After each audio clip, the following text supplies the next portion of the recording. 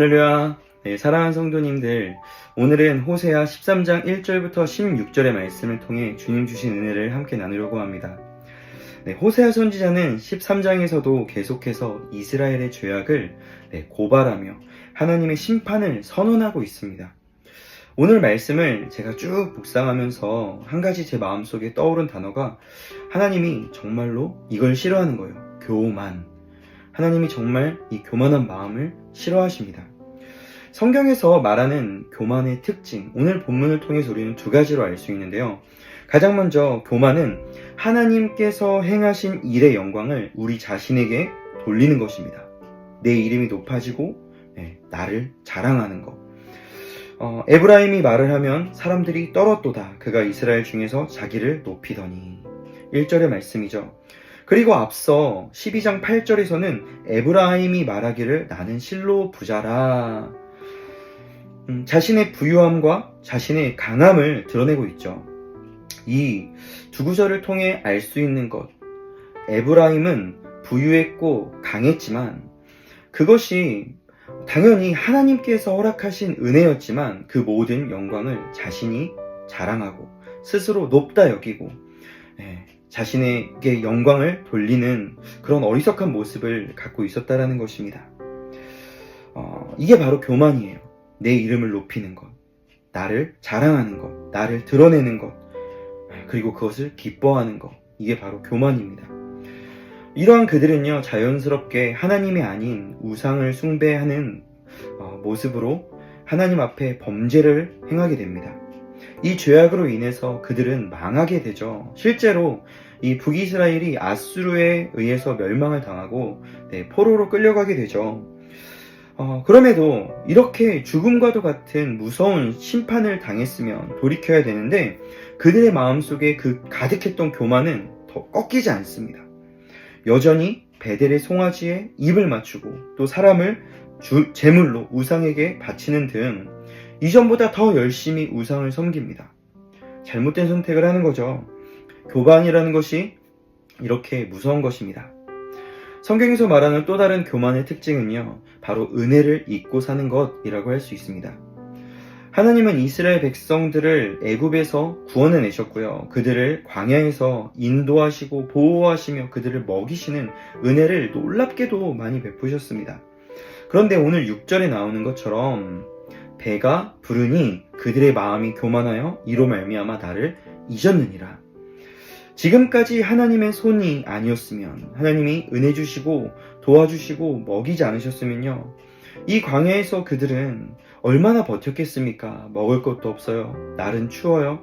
하나님이 구름 기둥과 불 기둥으로 인도하시고 보호하지 않으셨으면 이들은 이렇게 오랜 기간 동안 그 안에 있을 수 없습니다. 그러니 그 어려운 상황 속에서 만나나 메추라기가 내 눈앞에 보였을 때요, 감사하며 먹을 수 있어요. 그런데 이제 배가 부른 거예요. 내 삶에 만족함이 생긴 거예요. 이제 생활이 안정이 된 거예요. 그러니 하나님께서 행하셨던 그 일들, 그 은혜들을요, 어느 순간 잊어버리게 된다라는 거예요. 성도님들, 우리는 하나님의 은혜를 잊는 것에 대해서 가볍게 여길 때가 많습니다. 어떤 이유 때문일까요? 시간이 많이 지났으니까.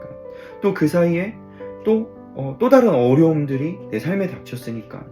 하나님께서 분명히 행하셨던, 일하셨던 그 은혜들을요, 나도 모르게 잊어버리고 그것에 더 이상 감사하는 마음도 갖지 못한 채 살아가는데 그것을 당연히 여긴다라는 것입니다. 그런데 하나님은 은혜 주신 하나님을 잊어버린 그들을 향해서 이렇게 말씀하시죠. 그들의 마음이 교만하여 이로 말미암아 나를 잊었느니라. 바로 교만해서래요. 사랑하는 성도님들, 이들의 마음속에 가득했었던 그 교만함들, 하나님의 은혜를 잊어버리고 하나님이 마땅히 취하셔야 할 영광을 가로채서 내가 높아지고 나를 자랑했던 이 마음의 교만함들을요, 하나님이 정말 싫어하시는 것을 기억하시기 바랍니다. 하나님이 가만히 두지 않으세요. 높아진 마음, 자신을 자랑하는 마음들을요. 교만은 패망의 선봉이라고 잠언에서 말하죠. 하나님은 이렇게 높아진 이스라엘에게 무서운 심판과 징계를 허락하시는데 어떤 모습으로 심판을 허락하실까요? 이들이 높다 여기고 자랑했었던 그들의 부유함과 그들의 강함을요, 3절의 말씀처럼 아침 구름과 이슬과 쭉정이와 연기처럼 이 특징이 뭐예요? 한순간에 다 사라져 버린다는 것입니다. 이들이 자랑했던 모든 것들이 다 한순간에 사라지게 될 것이다 라고 말씀하십니다. 또 그동안 광야의 이 무시무시한 환경 속에서 하나님의 보호와 또 인도하심과 먹이셨던 은혜를 잊어버렸을 때, 이것도 교만이라고 했죠. 그럴 때 바로 7절과 8절에서처럼 사자와 표범과 곰들, 이런 무시무시한 동물들을 일으키셔서 그들로 하여금 더 이상 보호받지 못하는 신세가 되도록, 이것들이 없을 때는 먹이도 먹을 수 있어요. 풀도 뜯을 수 있습니다. 그런데 이 야생 동물들이 일어났을 때는요, 더 이상 마음 편히 아무것도 할 수가 없는 거예요. 찢기고 죽임을 당하는 그런 보호받지 못한 신세가 되어버리는데, 하나님께서 그렇게 하신다라는 거예요. 그 외에도 해산하는 여인이 당하는 그 고통이 그들 가운데 임해요. 엄청난 고통을 당하게 될 것이다 라고 말씀하십니다. 성도님들, 오늘 본문의 말씀을 통해서 우리는요, 다른 사람 볼 것이 아니라, 이스라엘을 볼 것이 아니라 내 마음속에 나는 이러한 교만의 마음을 내가 품고 있진 않았는지 나를 돌아보는 것입니다. 혹시 하나님의 은혜 내가 잊은 채 살고 있진 않은지, 그저 내게 주어진 이 어려움 속에서 불평불만하고만 있진 않는지, 또 하나님께 마땅히 돌려야 할 영광을 내가 교묘하게 가로채고 나의 자랑으로, 나의 높아짐으로 대신하고 있지 않는지, 이 모든 것들이 바로 교만이라는 거예요. 성도님들, 오늘 말씀을 통해 우리의 마음을 점검했으면 좋겠습니다. 베드로전서 5장 6절에 이런 말씀이 있습니다. 그러므로 하나님의 능하신 손 아래에서 겸손하라. 때가 되면 너희를 높이시리라. 이 말씀을 꼭 기억했으면 좋겠습니다. 교만의 마음을 점검하고, 혹시라도 있다면 그 마음 다 내려놓고 하나님 앞에 겸손한 마음으로 오직 주님 주신 은혜를 기억하고, 오직 주님만 자랑하고, 오직 주님만 높이고, 주님만 드러내는 그런 하루가 될 수 있기를 간절히 소망합니다.